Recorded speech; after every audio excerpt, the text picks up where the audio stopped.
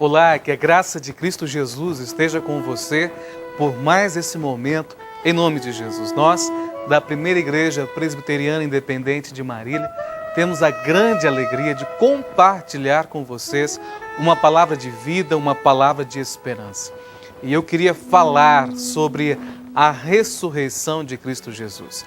Celebramos a Páscoa, estamos ainda no mês de Páscoa, mas eu quero trazer ao meu coração e ao teu coração uma palavra de esperança, porque afinal nós celebramos a vida e a ressurreição de Cristo Jesus. Quero meditar com vocês no texto de Marcos, capítulo 16, verso 1 ao verso 8, diz assim a palavra do Senhor. Passado o sábado, Maria Madalena, Maria, mãe de Tiago e Salomé, compraram aromas para irem embalsamá-lo. E muito cedo, no primeiro dia da semana, ao despontar do sol, foram ao túmulo. Diziam umas às outras: quem nos removerá a pedra da entrada do túmulo?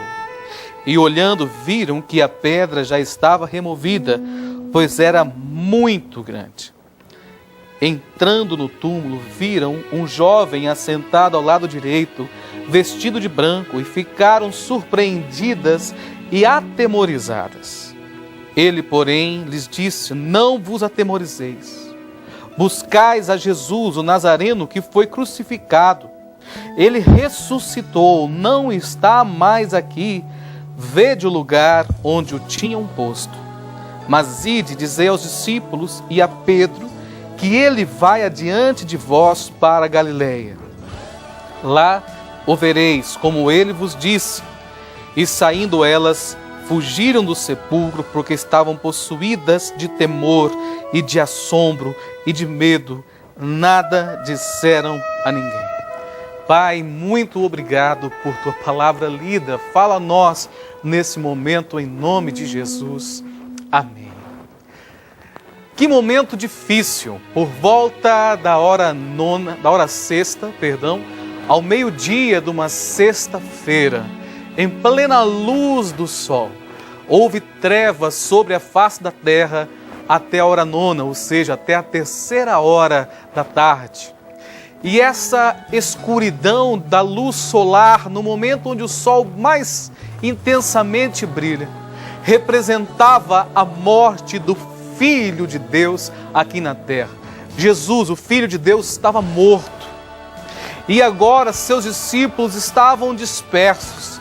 Haviam fugido com medo de serem crucificados, mortos e também perseguidos, como foi Jesus Cristo, o seu líder. E naquela sexta-feira de tristeza, de luto, de dor, houve um grande silêncio. Houve trevas no céu. Representava um momento onde o Deus Filho, em sua humanidade, estava morto. Mas, meus amados irmãos, nós louvamos e bendizemos a Deus, porque ainda que nós venhamos a passar por momentos de tribulação, de morte, de angústia e de dor, nós esperançamos o nosso coração, porque o domingo está por vir. Jesus, enquanto estava com seus discípulos, por muitas vezes já havia dito a eles que importava que o Filho do Homem subisse a Jerusalém, para que ali ele fosse desprezado, humilhado, morto pelos líderes religiosos, mas que ao terceiro dia ele ressuscitaria e que ele iria diante dos seus discípulos e encontraria com eles na Galileia. Amados irmãos, o nosso Deus não ficou no sepulcro. De fato, ele foi morto por minha e por tuas transgressões. Mas o nosso Deus é aquele que ressurgiu dentre os mortos pelo poder do Espírito Santo de Deus. Aquelas mulheres, todas elas que haviam tido um encontro com Cristo, Maria Madalena, Salomé e Maria, mãe de Tiago, aquelas que foram tremendamente abençoadas por Jesus enquanto vivo, enquanto estava ali presente com eles no mundo, decidem sair de sua casa no domingo pela manhã, nas primeiras horas do dia, na primeira hora do dia, 6 horas da manhã, para irem embalsamar, ungir o corpo de Jesus. Mas no caminho, elas se lembravam que o sepulcro estava fechado e começaram a conversar entre elas. Quem de nós removerá a pedra? Como nós estaremos ungindo o corpo de Jesus se o sepulcro está fechado com aquela pedra tão grande que nós não podemos removê-la? Mas enquanto elas iam conversando e se aproximando do lugar onde Jesus estava ali, o seu corpo, elas estavam no dia seguinte, na morte de Jesus, na sexta-feira, e viram onde o corpo de Jesus fora colocado. Elas sabiam ao certo onde o corpo de Jesus estava, mas elas não tinham condições alguma de remover aquela pedra. Mas quando elas olham para o sepulcro, elas contemplam a pedra do sepulcro que havia sido rolada. O sepulcro estava aberto e em cima da pedra, da grande pedra, estava ali um jovem, um anjo do Senhor. E aquele anjo pergunta: por que vocês estão procurando dentre os mortos aquele que vive? E esta é a grande bênção, a grande virtude que nós temos como povo do Senhor, como povo cristão, porque o nosso Deus está vivo, foi morto, foi humilhado na cruz do Calvário, mas Ele está presente. Maria Madalena, Maria e Salomé saíram de suas casas para se depararem com um Deus morto, com um Cristo morto, que talvez já estivesse cheirando mal, porque já era o 3º dia da sua morte. Mas elas se deparam com um Cristo vivo, elas se deparam com um Cristo ressurreto, aquele que vive para todos sempre. E é interessante nós notarmos esse fato, porque Jesus se revela primeiramente a essas mulheres, mulheres humildes, e dentre elas a primeira de todas, Maria de Magdala, aquela a qual Jesus havia expelido 7 demônios. E eu fico perguntando isso no meu coração: por que Deus de fato quis se revelar primeiramente a essa mulher? Sabe por quê? Porque essa mulher tinha plena consciência de que ela precisava de Deus.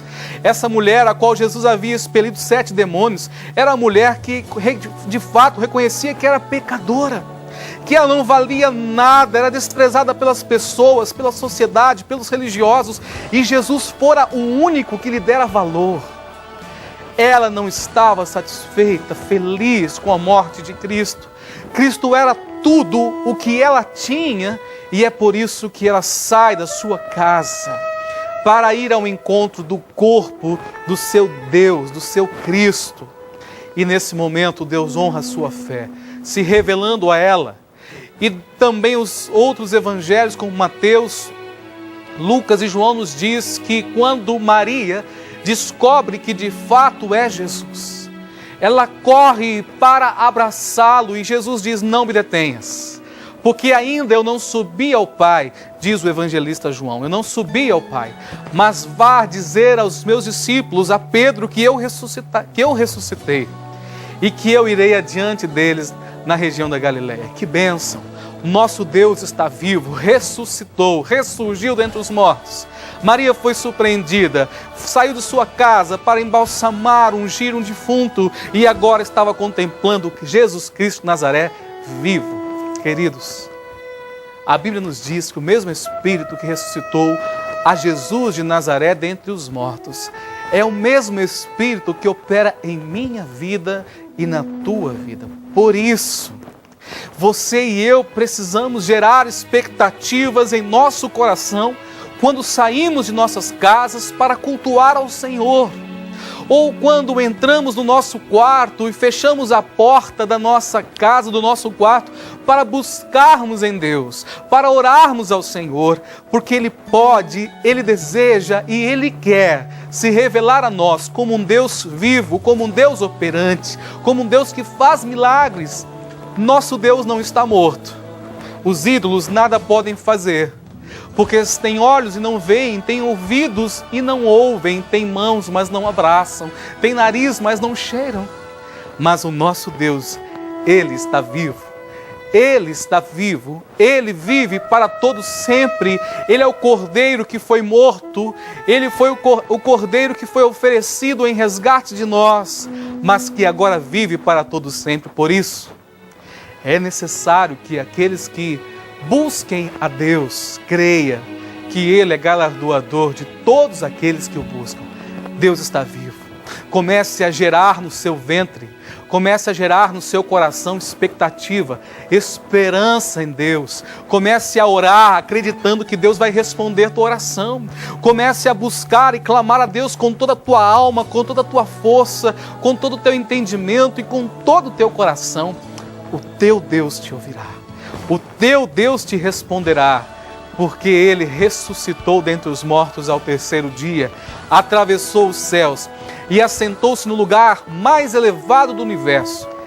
E este Jesus é, na verdade, o nosso irmão mais velho, aquele que nos representa diante do Pai, o único mediador entre Deus e os homens, aquele que nos apresentou ao Pai. É o teu irmão, é o teu Deus, é o nosso Pai, Jesus Cristo, o Senhor, o Todo-Poderoso. Por isso, pare de viver uma religiosidade sem vida. Pare de ir aos templos religiosos apenas por ir, ou não ir porque você acha que nada acontece. Eu quero desafiar você a conhecer um Deus vivo, um Deus que anda conosco, um Deus que trabalha a nosso favor, um Deus que não desiste de nós, um Deus todo-poderoso que assentou-se à direita de Deus Pai. Este é o nosso Deus, o Deus a quem nós servimos. Você não está sozinho. Abra os teus lábios e comece a alegrar-se em Deus, louvar a Deus. Comece a dizer como o salmista: porque está abatida a minha alma, porque te perturbas dentro de mim, espera em Deus, alma, eu ainda o louvarei. Você precisa se alegrar no Senhor. Deus está vivo. Se alegre no Senhor. Há esperança para o teu futuro, diz o Senhor. Se alegre em Deus. Há esperança para a tua família, para a tua saúde, para o teu trabalho, para o teu lar. Se alegre em Deus. Jesus está vivo. Ele não morreu. E esse mesmo poder presente em Jesus Cristo, estava presente no seu Espírito, na Triunidade Santa.